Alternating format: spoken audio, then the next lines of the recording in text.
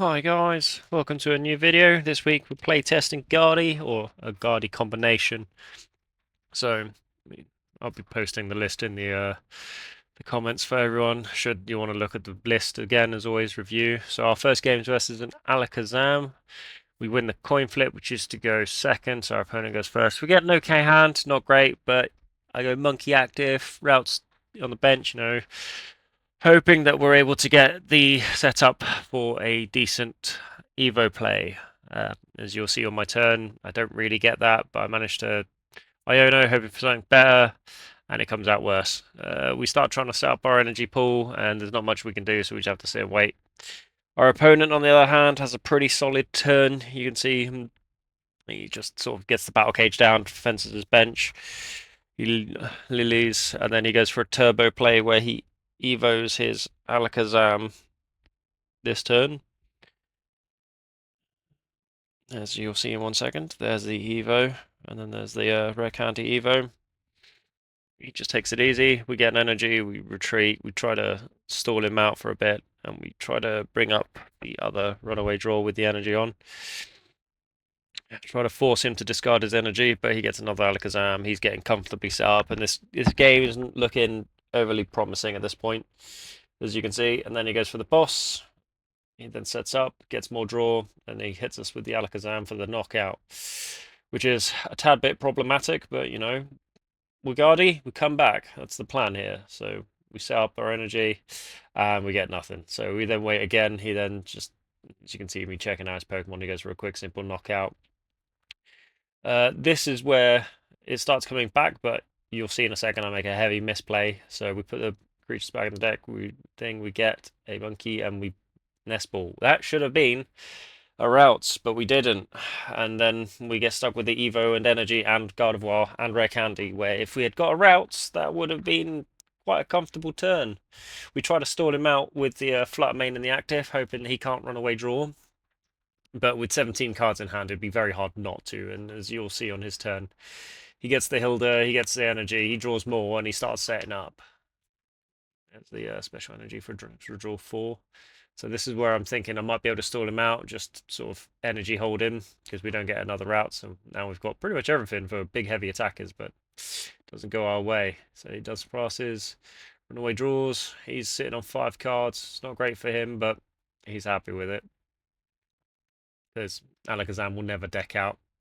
He Lilies, gets a fresh hand, and then starts setting up. We unfortunately have to go for the Iono Evo play here, which still doesn't work, but we get the energy, so we're able to discard lots of energy, get the routes down, and then we go for the Evo play. We start setting up our double Dories, but once again, in a bit of a rough situation. So it's his turn. He passes. We then get Secret Box. We can't do anything. So he passes. It goes back to him. He attaches energy. Comes back to us. We then Secret Box. We get everything we need for trying to set up. Which, probably should have attached that Devo disc, but we set up our. No, I have concerns over trying to set up the last one. So we need to take a knockout on his special energy runaway draw. The only problem is, no matter what we do here, we might put him in a much better place. So we take the knockout on him and we start our prize race, but he's already comfortably ahead. Comes up with the Alakazam. We've got to try and get rid of that Togekiss, and we've got to try and move a couple of things around. He just takes straight knockout, and he gets the extra. So he takes 2 prizes, which makes life 1,000 times harder here. We go back for trying to control the board game state with the Flutter Mane. We retreat again, trying to balance out that Flutter Mane. This is where you can see me loading up damage, and I miscalculate how much damage is needed and where. And I bench the Frillish, trying to be clever. So I go for a simple, like, quick knockout, trying to get the Devo. The only problem is that this was a mistake, because now I give him an obscene amount of draw. So you'll see him just absolutely blitz through his deck here. So you can see him Evo, Evo, Evo, draw, draw, draw, and then run away draw, and then he just takes the knockout quite comfortably. So we move up to Gardy, and at this point, I misplay massively, because I think I'm being ever so clever, but not being able to get a Iono and then not being able to just control the board game state just has binned it here.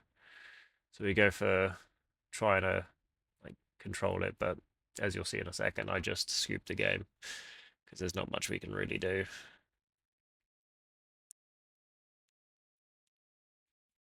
Yes, as you'll see here, it's his turn. We took the knockout. He's got 18 cards. He draws with the. Moving on to the next game, we just take it easy.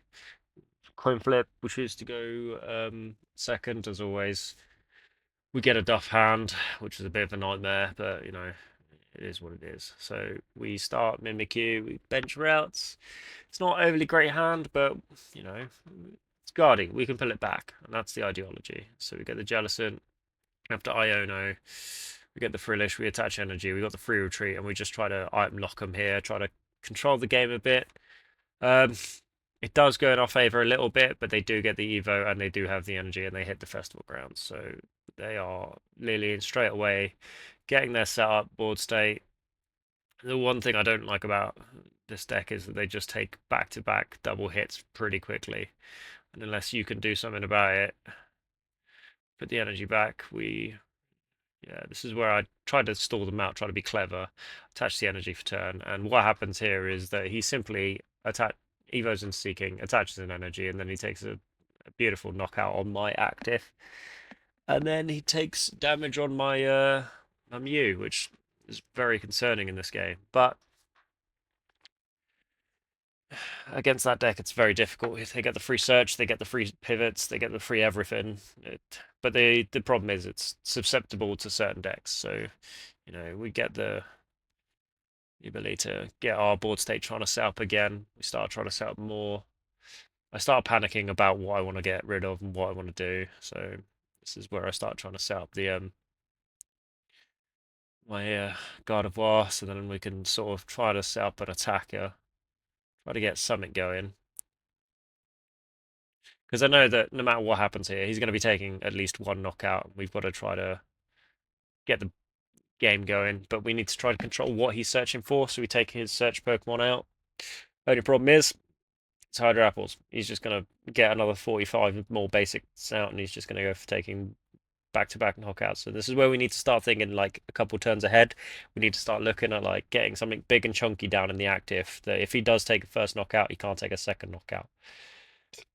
This is where, annoyingly, he takes a lot of damage on my Mew, and then takes a knockout, as you can just see, which is an absolute faff. But we get another Frillish down, we start setting up, start thinking about what we want to do. This is where I'm able to get a Munkidori down, start trying to get that damage that he's just coming onto our side. And then I boss up one of his little search engines to try to sort of like take the Seeking, spread some damage out on his board state, and start trying to get like grounded again, try to recover this game. Because he's down to 2 prizes, I'm down to 4. As you'll see here, he's not able to quite get what he needs for a knockout. And unfortunately, it's going to be a bit of a pain for him. So he's going to Evo up, which I've never seen a Rally Boom before, which absolutely threw me for a loop. So he's going to hit me for 70, which, as you can see, I'm starting to get worried about what he's trying to get up to. So I search my discard, seeing I don't have Dory or energy in there, I just go straight setting it up. This is where I get very lucky that I'm able to sort of put the damage across and try to protect myself, take an easy knockout. And because we get the energy and we've already got Turo in hand, we can start trying to defensively set up for the next turn. Knowing this, he can't take a knockout, and as you can see, I keep flashing up his Pokemon to check the damage. This is where he hits me for 190 again, putting me down to 10 health, which is just enough to clutch the game. So as you can see, the Turo in my hand here, I'm thinking I'm very clever, thinking I'm smart. I'm like, right, well, he can't take knockout. He's going to load up a load of damage on my board state, and I'm going to be able to control what's going on here. So you'll see here, he loads up the energy. I think he miscalculates because he hits me for 190, which is putting me to 200.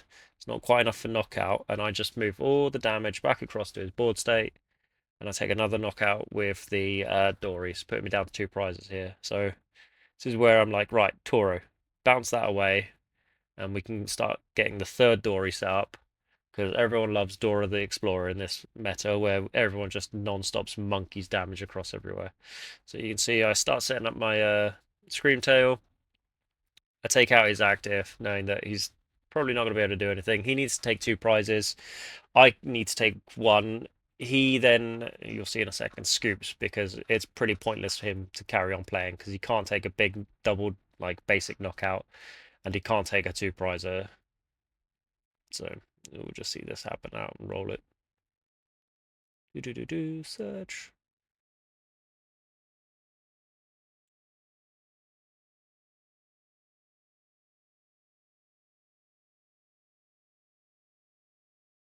So we go to the next game. Beautiful coin flip. This next game was pretty interesting. So we start Screamtail. We're concerned about if we want to put anything else on, which we don't.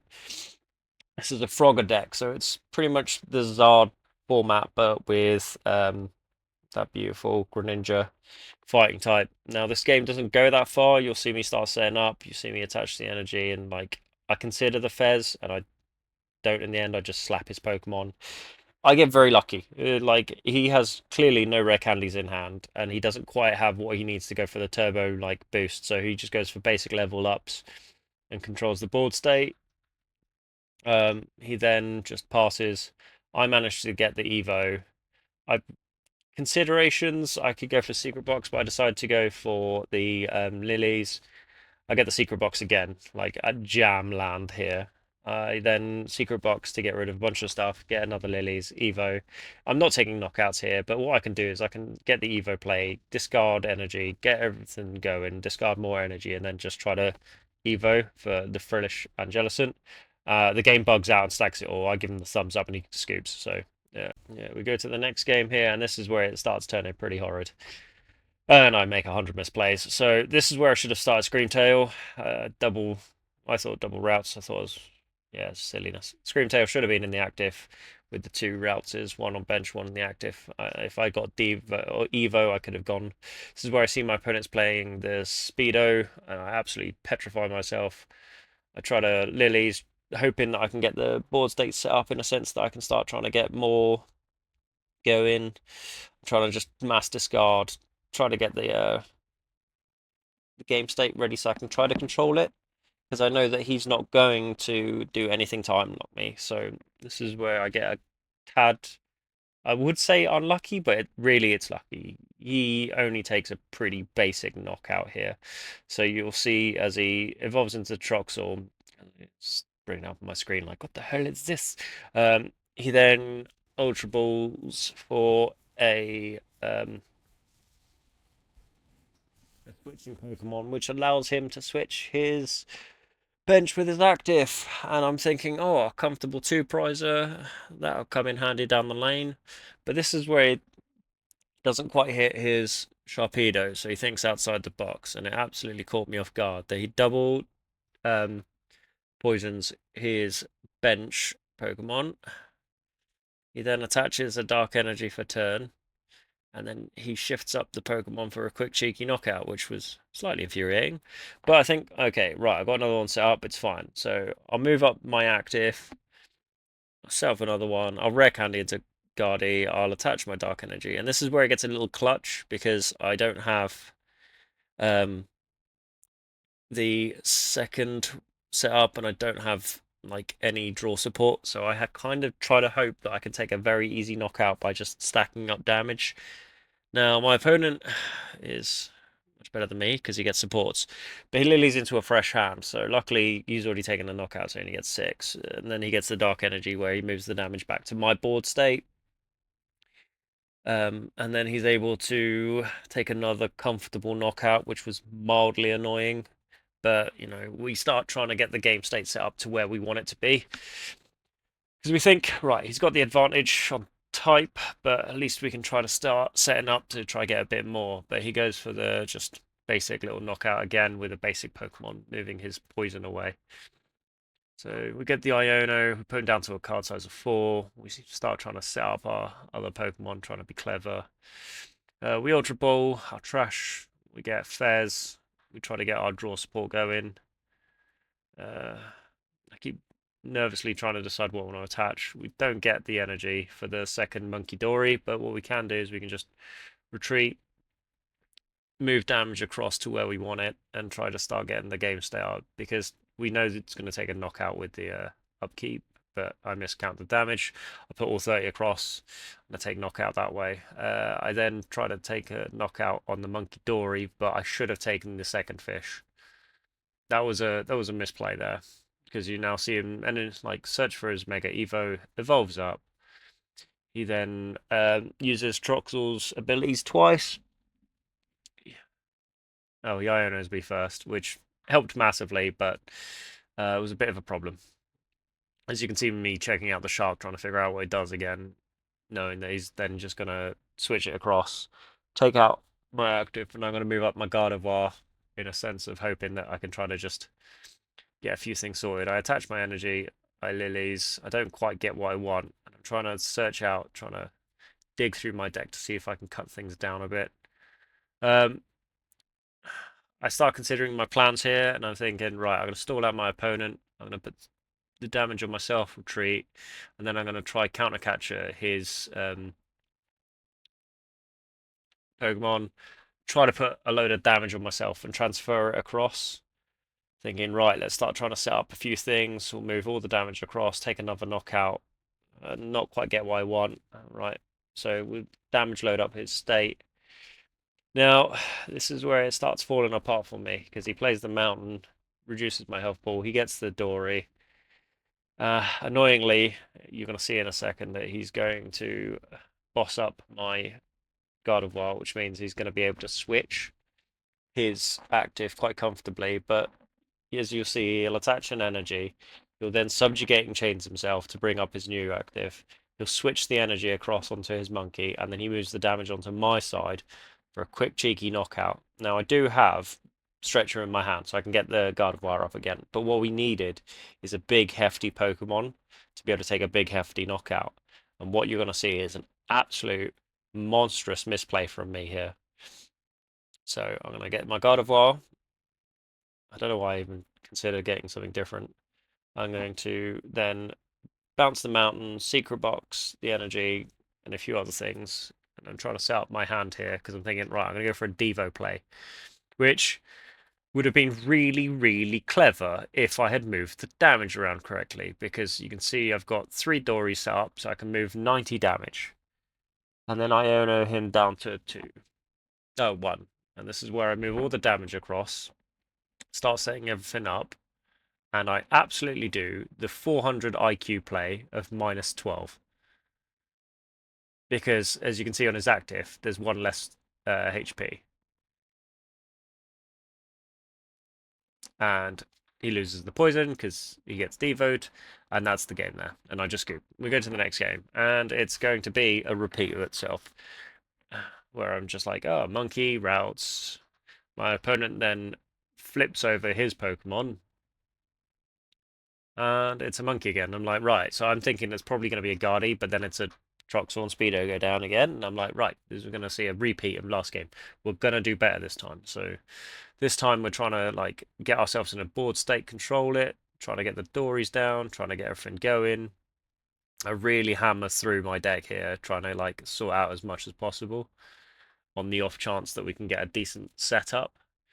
So you'll see a couple of things here again that I'm going to misplay through this game. Like not getting the first turn Devo disc is a bit of a faff, and it's probably something that I should revert back to getting some Marvins in the deck so we can safely get those Evos. But he takes our Monkey and he takes our Dark Energy, which is a bit of a pain.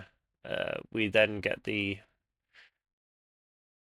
start setting up, trying to control the board state. I own away his stuff. We go for the thing, we discard a couple of things, we get a Kirlia, and we're like, right, let's start our board state. We draw for 1, it's not really great. But, you know, it's enough to control the game state in the short term. Annoyingly, he's not an idiot. So, as you'll see in his turn, he's going to evolve up. He's now able to turbo his energy onto his bench where he needs, which is no good for us, but it means he's Ultra Ball in, and he's going to get his subjugating chains. He then benches in subjugating chains, moves up his Sharkpedo, and he's just like, guess what? Get wrecked. So, as you'll see in 2 seconds, he's searching his deck. He's considering what he wants. He gets the stretcher, stretches the energy. He doesn't really have to worry about anything. He got the Hero's Cape because, of course, this deck runs trying to have a 3-prizer with enough life that your opponent wants to cry into a bucket. But he puts the 20 damage on, he subjugates himself into the active, and he takes a knockout on our active. But before he does, he quickly searches his deck, trying to check if he's got any more fish. So you'll see here, he'll hit me for a basic attack after moving the damage to my board state and getting to draw an obscene amount of cards for a basic attack, which is actually really good. Oh, he didn't get to draw the cards, which is a bit weird. So we get the energy, we set up, we get our Dories back in, we get rid of the boss, we get the dark energy, and then we Iono. Trying to control this board state where we got our Gardy. We're not sure what we want to do here, so we just bin some more stuff. We go for, right, we can Devo play in a turn or two. So we start trying to decide what we want to do. So we decide we're not going to Devo this turn, we're going to just spam and get everything we need to try set up a better board state. So we can start trying to draw for extra cards and see what we can get. So this is where we get our third Dorian, third energy. So we're like, right, so we're going to retreat, move up our Mew, we're going to load up Mew, we're going to give him 4 energy. So we can use Sharkpedo's attack, but we can transfer 60 across onto his Sharkpedo, and then use his own attack to try to get like the band down to the right level. So you'll see he goes up to 350. I consider him doing a few things here misplays, but all in all, it's still very solid. He drops the mountain. I assume he was looking to try get the knockout on my Gardevoir, but he couldn't quite get it. But he does take the knockout on my Mew.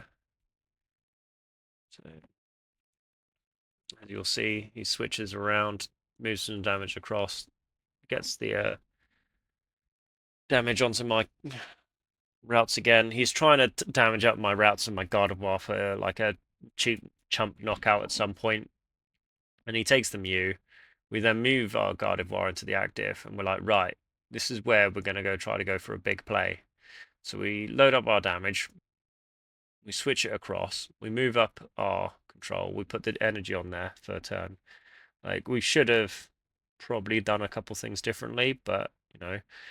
This is where we move the damage onto the bench fish, move some damage onto our main attacker, then move the damage from our attacker onto his main attacker, and then just we Fez, and then we attack. We take his knockout and we take his fish and we control the board state. So we get 4 prizes here, which is quite yummy, which go down to 2 each.